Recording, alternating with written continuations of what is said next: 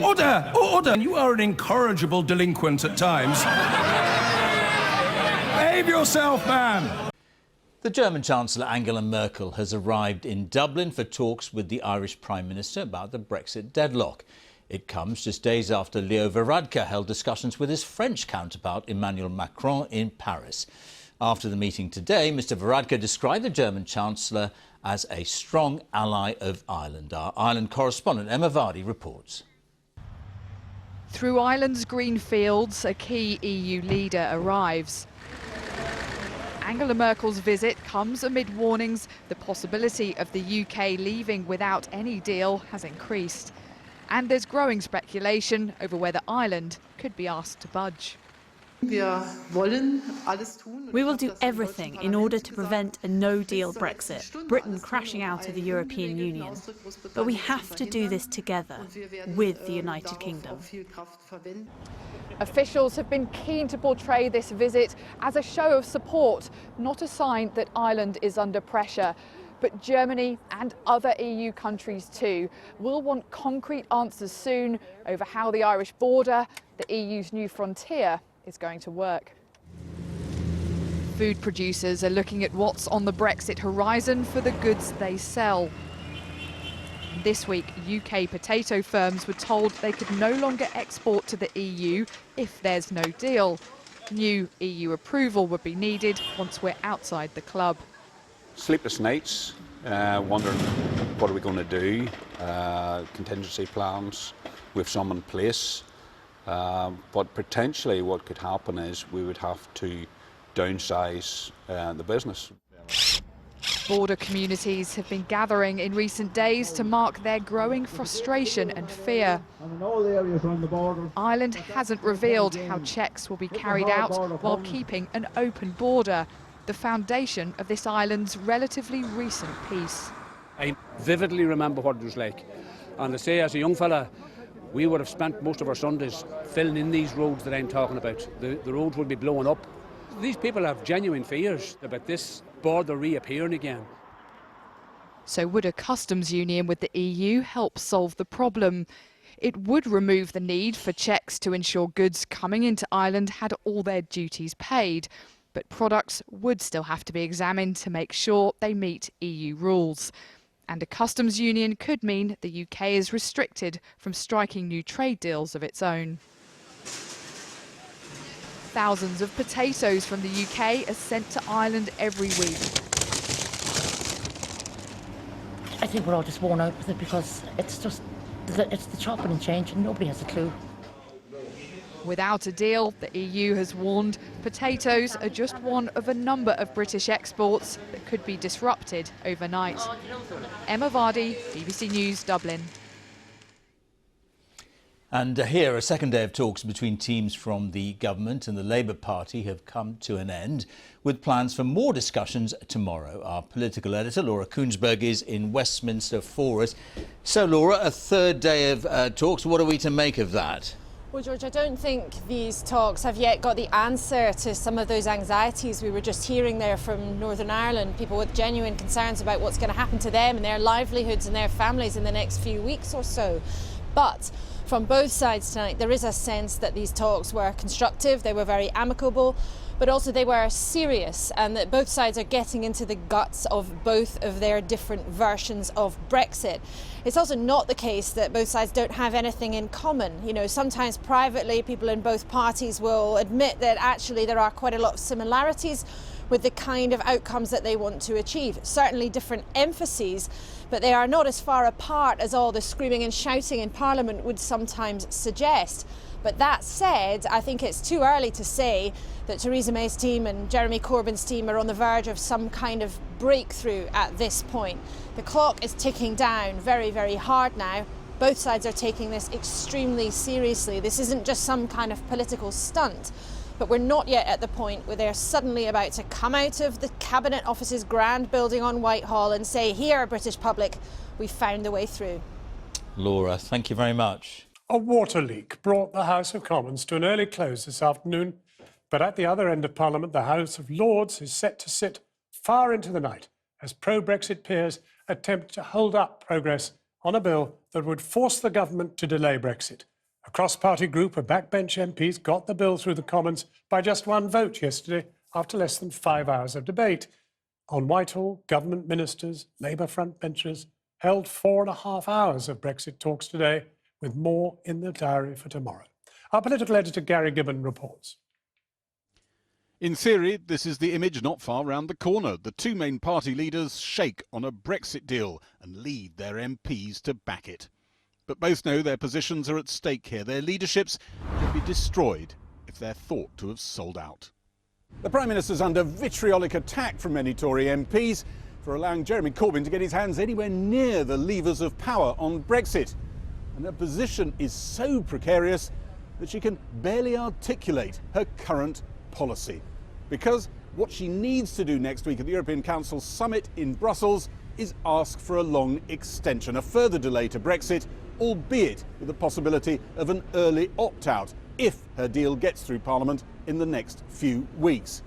And neither she nor many of her ministers feel able to actually say that in public. Good morning, Dr. Fox. Are we looking at a long extension to Article 50? Dr. Fox, are we looking at a long extension to Article 50? Shadow ministers spent a chunk of the afternoon in talks with the Deputy Prime Minister. Discussing Labour's alternative plan. Jeremy Corbyn's chief aide, Seamus Milne, attended too. Some of Mr Corbyn's most passionate supporters are amongst those warning that these talks are a trap and that agreeing to any deal would be a betrayal. Any Brexit is really a Tory Brexit, and especially one which you are co-signing with a Tory Prime Minister. I mean, no one is going to buy this. We're in Ramsay MacDonald territory. You know, we really are. You cannot walk away from those negotiations with anything less than a confirmatory public vote on whatever comes out of them. No, with great respect, sit down. No, I won't at the moment. I will in a minute. Tempers were strained by Brexit in the House of Lords this afternoon. This language, the Lords' equivalent of, do you want to step outside? Some people think, just what did the noble Lord say? Would the noble Lord like to stand up and repeat what he said? Go on. Some MPs were watching the progress of the bill the Commons passed by one vote last night, compelling the government to ask the EU for a long delay to Brexit. Pro-Brexit peers filibustered 13 votes so far to try to frustrate that. One veteran diplomat thinks it's not a done deal that the EU will offer a long extension at all. I think, again, the British political elite is persuading itself that it's a foregone conclusion that they'll get a lengthy extension if they demand it. That's not the picture as I see it. I think there are real qualms about a lengthy extension in the absence of real clarity from the British political elite as to where this could now go. Bizarrely, one anti-Brexit Labour backbencher got 30 minutes of the Prime Minister's time this afternoon, having asked for it at question time. So there was a Dear Colleague letter, and I quoted in the chamber to her, holding it up. It says here, you'll meet anyone. When's my turn? And that was today. So, I mean, I was trying to ask which red lines now have shifted, and would she be prepared to budge on a customs union? Both of those two, I feel I'm somewhat none the wiser on. I think there's probably some kind of symbol about how many people view how broken Parliament is going on there. But the Commons had to suspend its sitting this afternoon when a leaking pipe in the roof gushed water into the press gallery. So the sitting is now suspended and no photographs, please. The rules seem to count for less round here right now.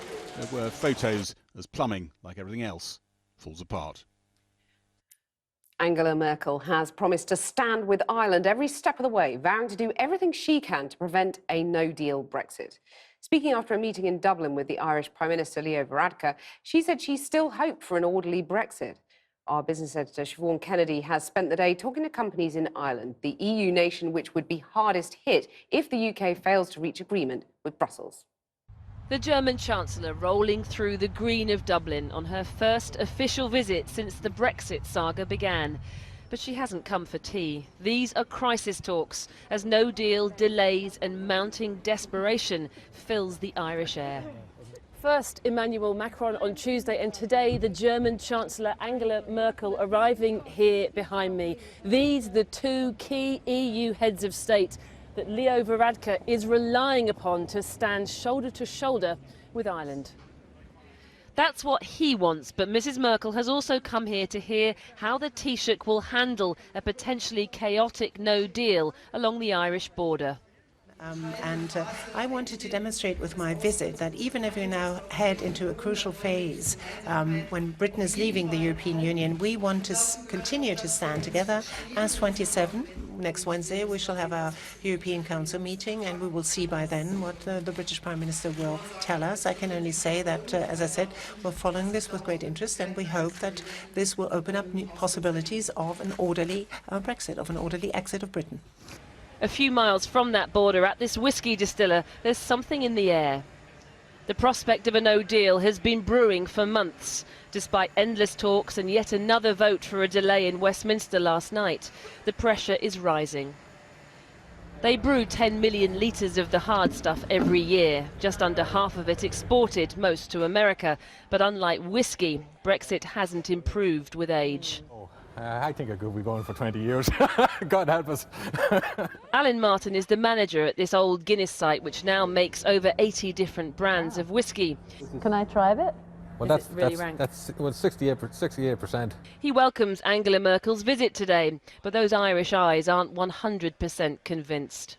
Are you worried if they can't reach a deal, that Ireland will be hung out to dry? Well, it's a distinct possibility, I suppose. If a no deal happens, well, there's going to have to be a border, which would be disaster, really, in terms of everything. Like, nobody wants to see a border in Ireland ever again. That's what Mrs Merkel believes too, that maintaining peace is paramount. Mr Martin says the consequences of not doing so are unthinkable. If they start talking about border lines and things like that, that is a very dangerous ticking time bomb. If you have a customs man standing on the border, you have to have somebody to protect the customs man. These things don't take long to escalate, you know, and nobody in the right mind would want to go near that again. But it could happen. Along the border, remnants of checkpoints still stand, a stark reminder of the way life used to be. The Irish Prime Minister is determined he won't go back there, but has so far failed to reassure Europe of his plans if there's a no deal. Near Dundalk, on the border in the south, where once there was farmland, now freight is the big business. Nearly half these trucks constantly crisscross the border between Ireland and the north, and they're worried about the lack of planning for no deal. And we have customers who are originally manufacturing in Northern Ireland, and they've set up manufacturing facilities in the south, and it's to be Brexit ready. Seamus McGinnity says without a border plan, his trucks could come to a standstill.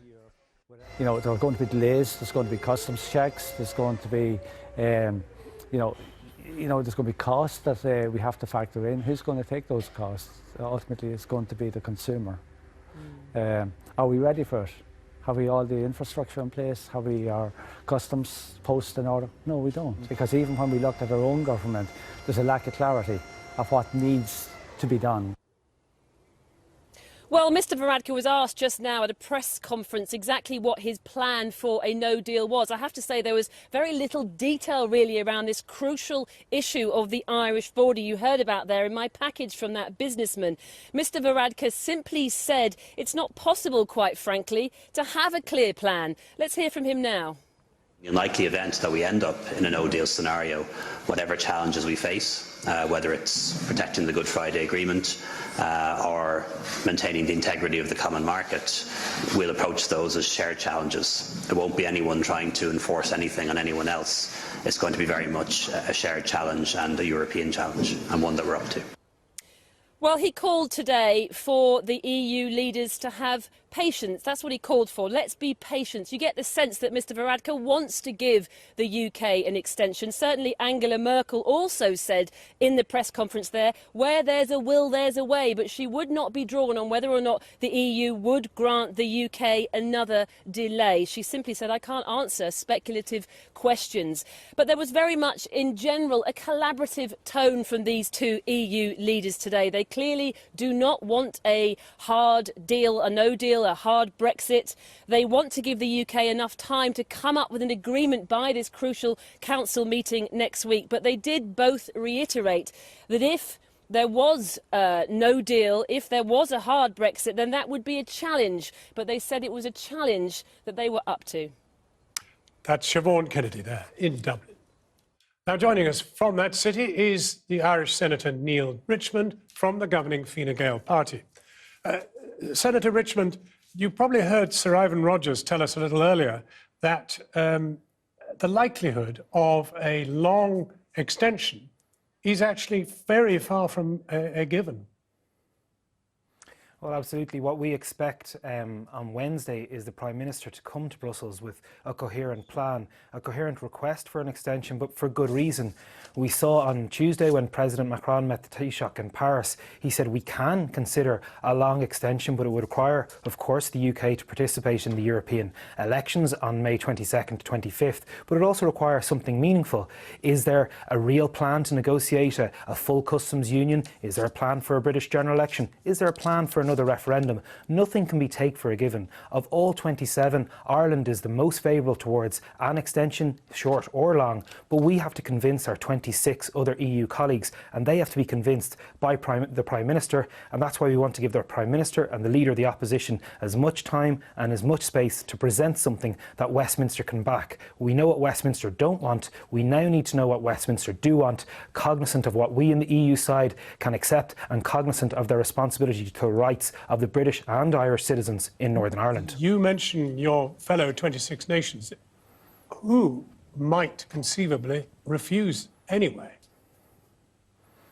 Well, absolutely. The rule is that if the UK requests a further extension, it has to be a unanimous decision of all EU 27 member states. Therefore, it's not a given. However, we in Ireland are very keen to see that work through, and we will continue to be the UK's best friend within the EU to try and deliver that. But I can't stress, we really need to see from Westminster and from the British government a coherent plan emerge over the weekend and into that vital European Council meeting on Wednesday. Well, now, if there is a no deal, there would have to be an Irish border, and it would fall to you to have to put it up, because all the member states are responsible for the borders on their own territory.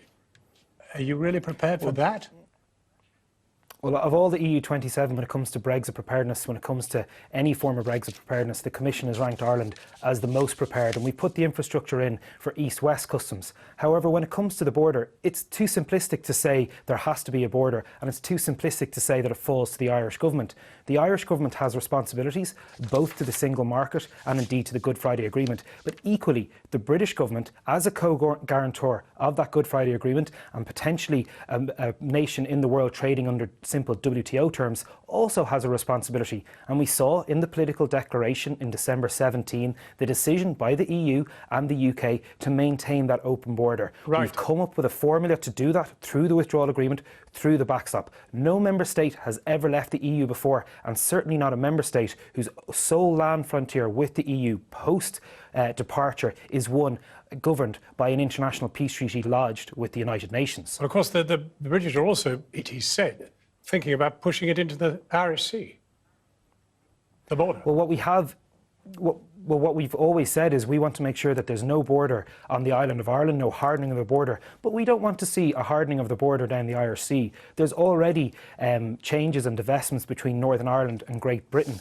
but we don't want to see them strengthened any much way in any other further deal. However, within the backstop, within the withdrawal agreement, we can see that the hard physical checks will largely be removed through a customs, trade and regulatory alignment that the EU and the UK are desperate to achieve, but that can only be achieved in a future political forum post the withdrawal agreement. In a no-deal scenario, it's a little bit risky to start talking about hypotheticals and undermining the ratification processes at hand, but we are very keen to make sure that there's no hardening of the border. But if the UK choose to crash out of the EU, both the Irish and British governments start to lose control of the maintenance of that seamless border. We can't allow that to happen. I'm happy to see Westminster voting against a no-deal scenario, but simply voting for something isn't good enough. We need that's to exactly see that coherent plan come to the Council on Wednesday. Very briefly, this is why I'm really concerned. We watch it as acutely as you do. And I'm wondering, do you see any grounds for compromise? Do you see any sign of it? We've had over over 2.5 years of constant compromise that produced the withdrawal agreement and the backstop. If you look at the indicative votes that have gone through Westminster, they all relate to the future political framework. We in the European side said there's lots of room there for further discussion, for further negotiation. That document only stands at 29 pages plus 6 of appendices, but in order to get to that place, we need to see the withdrawal agreement and the backstop passed by Westminster as soon as possible. Senator, thank you very much indeed for joining us. Senator, thank you. Now, I think we can probably all agree we are in the middle of the deepest political crisis most of us can remember. Our political leaders are struggling and, by and large, failing to find a way through Brexit with time running out. And yet I think it is fair to say that in both the Commons and the Lords, time hasn't exactly appeared to be of the essence today. In the Commons, business was suspended because of a leaking water pipe. Yes, really. Who knew there were no plumbers in the whole of London? In the Lords, there has been less accident and more design, as you can see here. By taking things slowly, ever so slowly, pro-Brexit peers are tonight applying the brakes to the bill that MPs rushed through yesterday, which aims to stop a no-deal Brexit happening next Friday. It is otherwise known as filibustering. The delays could mean Mrs May will have nothing new to put to European leaders next Wednesday. Her negotiating team, though, is at least still talking to Jeremy Corbyn about Brexit, but their meeting was described as nothing more than constructive. As Labour's team arrived for negotiations to find a Brexit breakthrough, they insisted another referendum to confirm any deal would be on the table. We have been discussing Labour's alternative plan and issues such as confirmatory votes. We had discussions yesterday, we're going to continue them today. Will you be looking for a confirmatory vote in all circumstances? We're discussing our plan and we're discussing a confirmatory vote. We're building on the discussions yesterday. The government negotiating team is led by Brexit Secretary Stephen Barclay and David Liddington, Mrs May's effective deputy. Labour's team is led by Keir Starmer and the Shadow Business Secretary Rebecca Long-Bailey. They discussed the possibility of a referendum to confirm any deal, a possible customs union and the approach to EU regulations. Separately, one Labour MP met the Prime Minister today to ask where she might compromise. On customs union, she kept saying it depends what the end result is. So if it's a customs partnership or arrangement, it could have the same benefits. That sounds quite positive, like she's quite warm towards the idea, potentially. Yeah, I mean, it sounds a bit like her deal may be coming back, is what I thought. But on second referendum, she seemed pretty implacably opposed to that one. But with simmering divisions on all those subjects threatening to boil over in both parties, there's a strong chance this will still have to be decided in Parliament. I want to see how this pans out. Next week, if we can't agree a deal with Jeremy Corbyn, it may be that we move to alternative votes. But just listen to what happened in the Commons today. A water leak in the chamber meant today's sitting had to end early. Somebody might say there's a leak in Parliament, so the sitting is now suspended and no photographs, please. If the cross-party talks now fail, that water leak means MPs can't meet until Tuesday to vote on different Brexit options, the day before Mrs May flies to Brussels. So in case it all goes wrong, the Lords down there are hurrying through legislation to try and force her to delay Brexit. But pro-Brexit Lords don't like being rushed into it. All that lies between us and tyranny is that we respect the conventions of both houses. They tried to slow down the process in order to kill it off, infuriating proponents of the law. We have a shambolic government that has completely lost control of the most important issue this nation has faced for many decades. The Commons has had to take control. Back in Whitehall, talks between Labour and the government broke up after 4.5 hours, with an agreement to meet again tomorrow.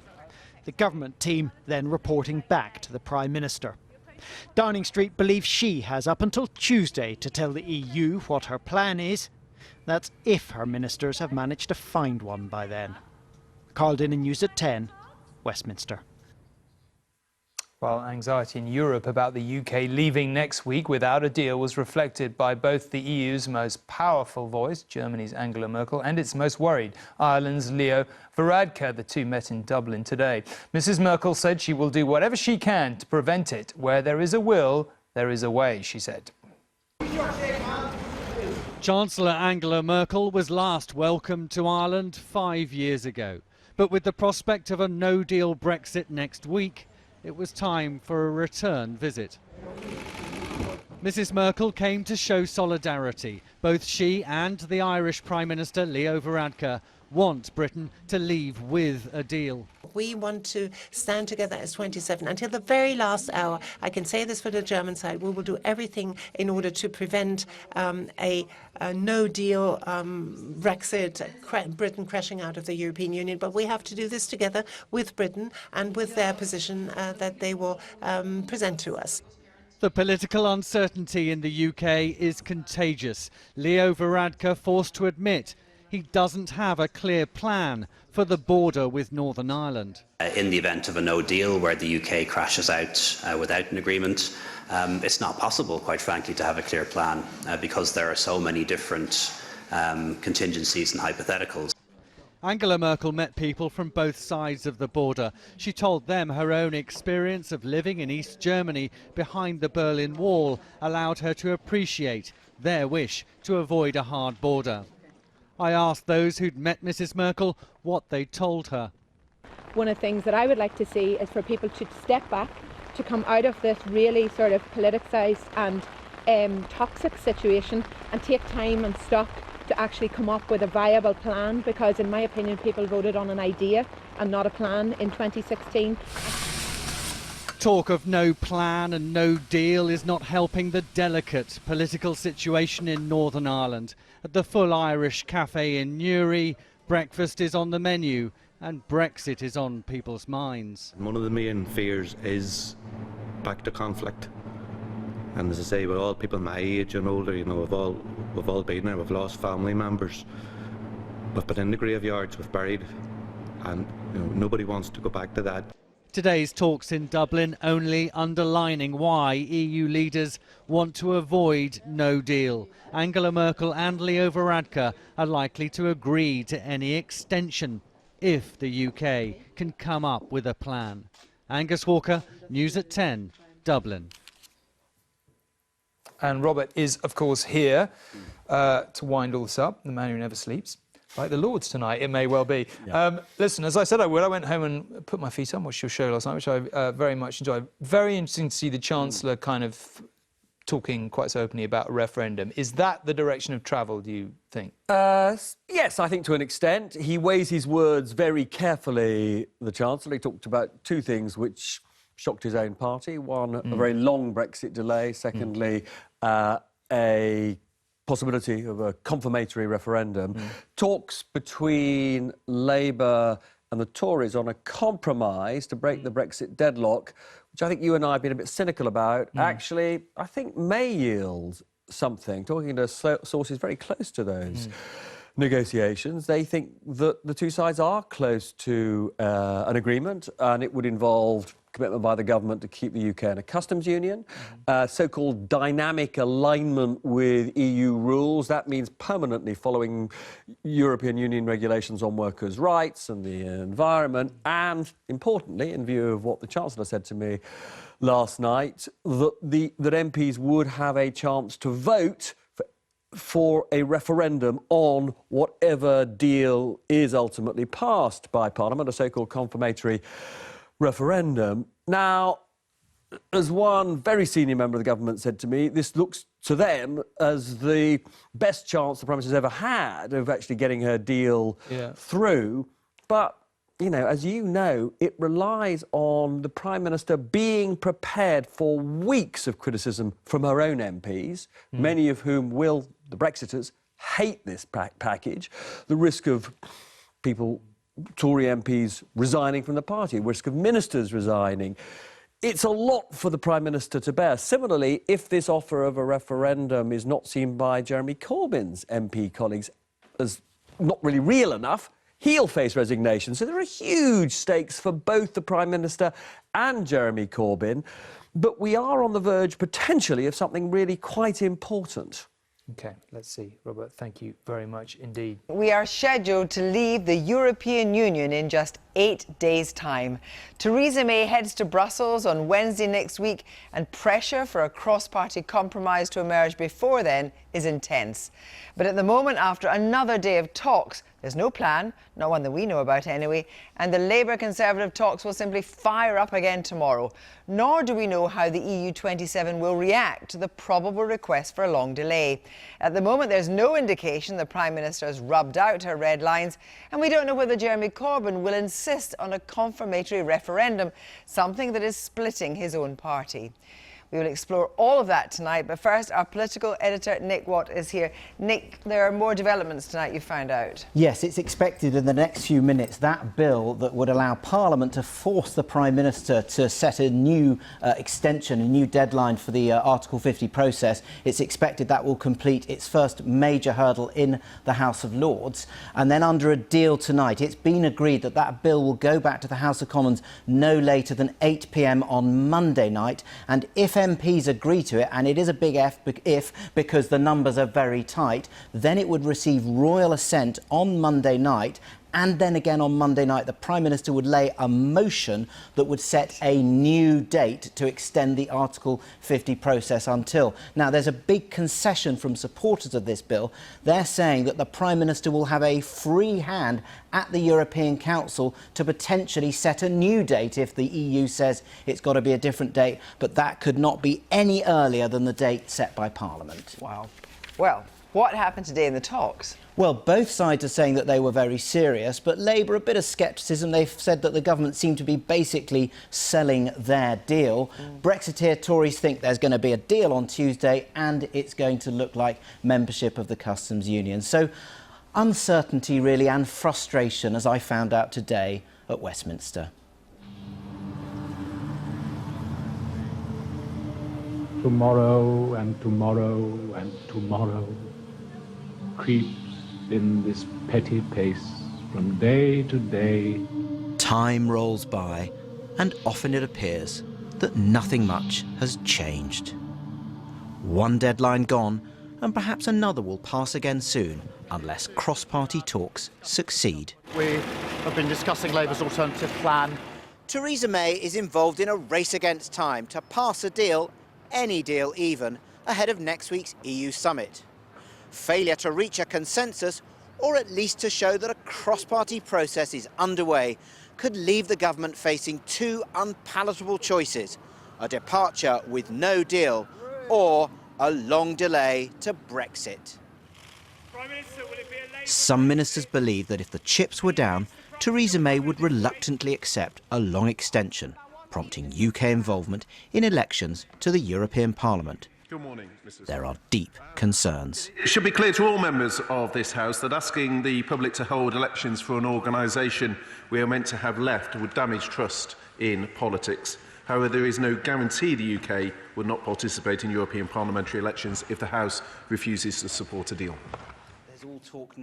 One Brexiteer is urging his friends to accept the Prime Minister's deal to avoid a backlash at the polls.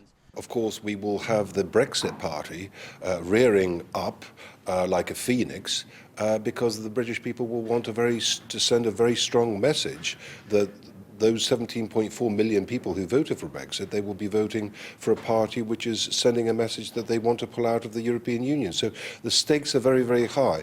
And wouldn't it be ironic if the most Eurosceptic caucus within the Conservative Parliamentary Party, which I'm a member of, is ultimately responsible for negating Brexit? Some in the EU are wary of another extension. Others would be more amenable, but might impose restrictions on the UK in budget and trade negotiations. Parliament's most prominent pro-European is unamused. Sounds as though that we've driven them so round the wall that they're getting rather paranoid that we will sit there obstructing everything. In fact, we will have to be just as constructive as we'd otherwise try to be on budget negotiations and the rest of it. If I highly, I'm not going to be taking part in the negotiations on the extension, I would slightly groan and say, please don't complicate it. We obviously need the status quo to continue until and unless we've all agreed on what is the permanent lasting way in which we're going to leave the political institutions of the Union. One Labour MP lobbied the Prime Minister. Rupa Huck, you've been meeting the Prime Minister. Is it harmony across the political divide? Well, it was not an unpleasant meeting, and it was certainly better than when you face her across a testy commons and you're shouting to be heard and everyone's roaring. So yeah, it was an unusual way to spend a Thursday afternoon. Don't know if I'm hugely the wiser. As Parliament wound down for the weekend, the Brexit process ground on. A potentially defining week beckons.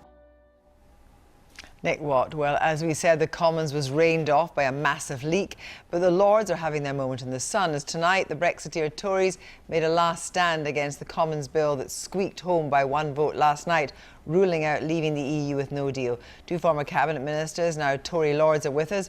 Brexiteer and advocate of leaving without a deal, Peter Lilly, and the Remainer Lord David Willetts, who has long supported a second referendum. They're both here in the studio. Good evening to you. Good evening. We're just hearing from the BBC's Europe editor, Katya Adler, that the President of the European Council, Donald Tusk, has said that he will offer a flexible extension, by which I presume means quite a long extension if necessary, as soon as Parliament passes the deal, they can leave. So you're fighting the battle, Peter Lilly, but you've lost the war. I'm not sure quite why you think that. Because I think that there is going to be a sufficient extension in order to get it. It's a proposal that's been put by Donald Tusk. And you count losing the war as having this deal passed. I've been actually persuading my colleagues in the RG they ought to vote for this terrible deal because... But you don't want an extension. I don't want an extension. Exactly. The only point of extension is to play the whole thing into a long grass because ultimately they want to dilute it further or ideally destroy Brexit entirely so that people just get tired, exhausted, fed up and believe it's impossible.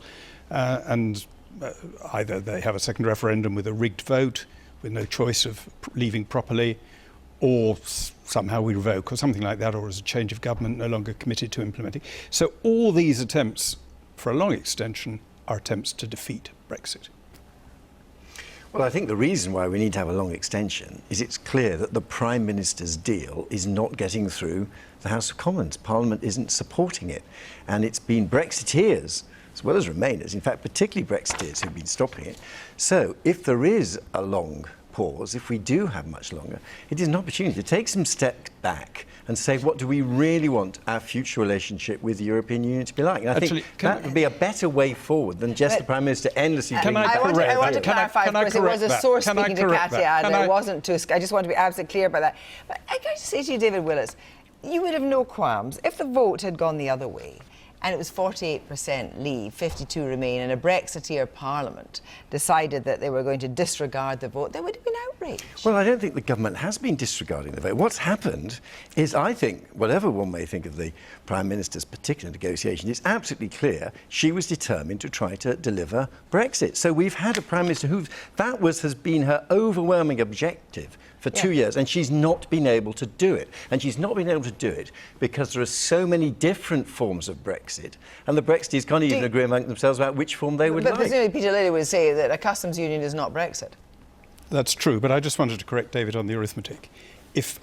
Most ardent Brexiteers came reluctantly around and voted for the Prime Minister's deal. If they all had, it would still have been defeated by all the Remain parties in Parliament, plus a certain number of Remain Tories who voted against it for tactical reasons. So please, let's not have it that it was defeated by Brexiteers, the other group being DUP, for their own and honourable reasons. But we're in a situation now, you might say, that because she hasn't been able to get a deal through, then she's reaching out from party to country via Jeremy Corbyn. Is that better not for the country to have that? Well, she had a majority in Parliament for the Brady Amendment and the Malthouse Compromise. She never even put that to the EU. Maybe she wouldn't have got it, but she would have got it, of course, if she'd be prepared to threaten to leave on WTO terms. Because that is 2.5 times as costly to the EU as it is to us. But the trouble is, these alternative arrangements in the Brady Amendment, when the government looks at them, they can't find something that actually works. So I think if there is to be a long delay, it is an opportunity for us to try to see what forms of Brexit are on offer, and then whatever form of Brexit commands support in the Commons, if there is such a form, at that point put it to the people. So as far as you're concerned, Jeremy Corbyn, he is saying now that he has this confirmatory referendum in his pocket to put on the table. He's putting on the table. You feel there has to be a confirmatory referendum now? My view is, after 3 years, when we've all learnt so much about Brexit and we've all been on such a long journey, it is right now that if there were ever a properly viable legal model for Brexit, that should then be put to the people for a confirmatory vote. Yes. And 16 and 17-years this time, you'd be campaigning for them to take part? The exact form of the electorate would be for decision. But I certainly think that this would be very different from last time, because instead of Brexit being some idea on which everyone could pin their hopes of a better Britain, suddenly there would be an actual legal proposal that was a real proposition that people could assess against staying in the EU. We know that the bill was passed tonight in Westminster. Peter Lilly, if the confirmatory vote was overwhelmingly for Brexit, surely that would be a validation If it's for Brexit, but as I understand it, the people who talk about a confirmatory thing want to give you a choice between Brexit in name only or no Brexit, remain. They're not going to give a choice for what is now, according to the opinion polls, the most popular option, which is leaving on WTO terms and then negotiating, if we can, if they'll have it, a free trade deal. If not, trading as we trade with America, China, Japan. Remember, there is no deal agreed, even if we leave on the Prime Minister's terms. It is a no-deal thing because it doesn't contain a long-term trade deal. Thank you both very much indeed. The schisms within Labour over Brexit are now coming into sharp relief too. Today, 25 Labour MPs warned Jeremy Corbyn in a letter not to support a second referendum because it will break the trust of the voters and lessen the chances of Labour winning an election. But they urge him to go the extra step with Theresa May to secure a deal. Here's James Clayton. It's a party that's leadership is at odds with the membership, where senior MPs have voted against the whip on Brexit. And it's a party that has two factions that seem irreconcilably opposed. Welcome to today's Labour Party. We can safely say that the Shadow Cabinet isn't united on Brexit at the moment. We know that Labour membership, they're overwhelmingly in favour of another referendum. And Jeremy Corbyn simply has never liked the idea. For a long time, Jeremy Corbyn's critics have accused him of having one policy that speaks to two wings of the party. On the one hand, he's accepted Brexit, and on the other, he hasn't ruled out another referendum. Now, that's fine to have in opposition, but now that Theresa May has given him at least some power, he needs to make a decision. That decision is made difficult by the referendum result itself. Take the Revoke Article 50 petition. Labour dominated the constituencies with the most signatures. It's also dominated the areas with the fewest. And that divide goes right to the heart of the Shadow Cabinet too. People like Angela Rayner and Ian Lavery are vehemently against a second referendum. Tom Watson and Emily Thornberry think it's the way forward. I think in the end, Jeremy Corbyn is going to have to let someone down. I mean, there is a big risk of frontbench resignations for the Labour Party, whatever he chooses here, because there will be people who are just unable to go out there and back another referendum. Labour has put forward a negotiating team which reflects both wings of their party. Keir Starmer, an advocate for a confirmatory vote, Rebecca Long-Bailey, who's far more sceptical. Neither this evening will be drawn on the state of the negotiations. At some point, though, Labour is going to have to make a choice. James Clayton, well, one of the signatories of that letter to Jeremy Corbyn today was the Shadow Employment Minister, Mike Amesbury. A little earlier, I spoke to him and asked him what his message to Jeremy Corbyn was in a second referendum and why he feared any move to couple a compromise deal with a confirmatory vote. I've basically, some of the details I've seen coming out of the meeting, that may be one of the options. There's a real fear that it will be coupled with the deal. So it's almost a kind of, that it was either that way or no way. I think a referendum itself, you'd have to test the questions. That would be, I think last time round was around 10 weeks. You're probably looking at around a 22-week process to organise a referendum, probably a little bit more with the campaign itself. I think people are really, really fatigued now. Well, the Labour MP Siobhan McDonough is one of those who supports a confirmatory referendum on any Brexit deal. She's here. Good evening to you. Hi, Christine. First of all, what do you say to the young woman in the film there that said, if there's going to be a confirmatory referendum, it'll split the front bench and people will leave? I have no idea whether people will leave the shadow cabinet, but what I can say, it is currently Labour Party policy to have a people's vote. And also, I absolutely assure you that nearly every Labour Party member, that is exactly what they want. In that letter, the second referendum will be exploited by the far right, damage the trust of many core voters and reduce our chances of winning a general election. Well, I would disagree with that. I think that we all know so much more about Brexit than we did when we had the referendum in 2016. And anybody who's seen Parliament over the last few weeks and months must know we can't come to any decision. We're in deadlock. It started with the people, so it should go back to the people. But John Mann, who a Labour MP, said, Labour is on the verge of saying to the working class, your opinion does not matter and your vote does not count. Well, I like John Mann, but I disagree with him on that. I mean, I voted to trigger Article 50, and I have to tell you, had I known what I know now, I would never have done that. So I think we need to go back to the people saying, this is the deal. Is it what you want? Does it live up to the expectations you had of Brexit? And give people the opportunity to make their case. I mean, we don't ever say in cases of general elections, right, you've made your decision, you're stuck with the Tories or you're stuck with Labour forever. But as I said to David Willits, if the vote had gone the other way and it was 48% Remain, 48% Leave, 52% Remain, and the same sort of thing happened with the Brexit government, you'd be up in arms. But it's hard to imagine, though it is possible, that we could have voted Remain and we'd be in this constant state of complete obsession about Brexit, doing nothing about crime or knife crime or housing or social care, all the things that the people in my constituency really care about. But surely that's the point, that we shouldn't delay that any further. But the idea that somehow we agree a withdrawal agreement and it's over, I'm really sorry, I think it's selling a pup. We're in this discussion for years. But do you really think that Jeremy Corbyn has had a Damascene conversion to the idea of a second referendum, a people's vote, a confirmatory referendum? I mean, do you really trust him to deliver on that in a deal? Well, I think he must be aware of just how strongly Labour Party members feel about a people's vote, and he knows that, and he knows how strongly the Parliamentary Labour Party feel. If he doesn't, what would you do? Would you move to what is TIG now and is going to be Change UK? If he didn't push a confirmatory vote in that deal, you didn't get one, is it a red line? Would you leave the party? I would do everything I could to encourage my members in Mitcham and Morden and other Labour Party members to explain exactly how they feel. There is going to be outrage if we don't get a second vote. So what would you do?